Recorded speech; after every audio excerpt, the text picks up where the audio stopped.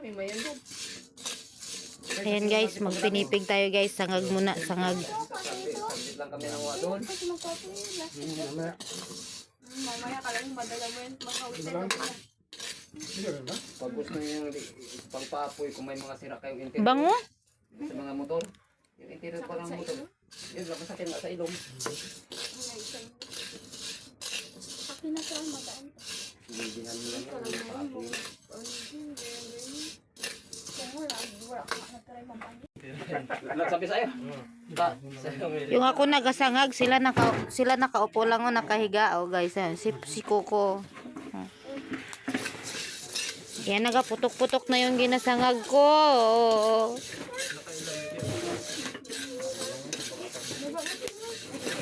First batch pa lang to, first batch. Marami pa yun. Guys, babayawin na nila. Bayuhin mo! Bayo mo! Dok lang, kuya. Dok lang. Ito ate. Ayaw mo, kaerte mo talaga asok ko. Ay, dalawa sila magbabayo? Pwede nga itong tatlo. Ba't nakatalsik-talsik naman? Ganun lang, hindi may iwas. Bakit kailangan dalawa? May tatlo pa nga yan, may apat pa nga yan. Putik na lang. Sabi mo na ba? Hindi mo sa bayo. Teka lang. Ah? Tahipan. Ayan na siya. Pinipig na siya, tapos mamaya tahipan yan. Ang init naman ng pwesto mo yan. Wala mga malilit. Pinipig na talaga, oh. Tapos anong ihalo dyan?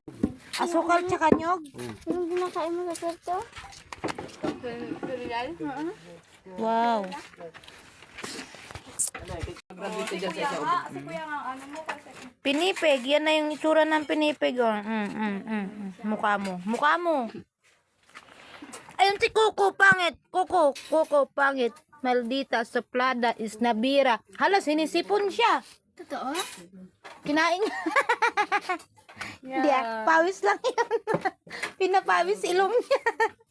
Yo, may juice. Yan na guys, partner ng pinipig.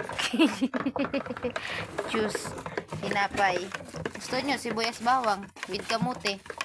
O, magluto kasi kami ng ng sinigang na isda. Sarap ng buhay dito sa bundok.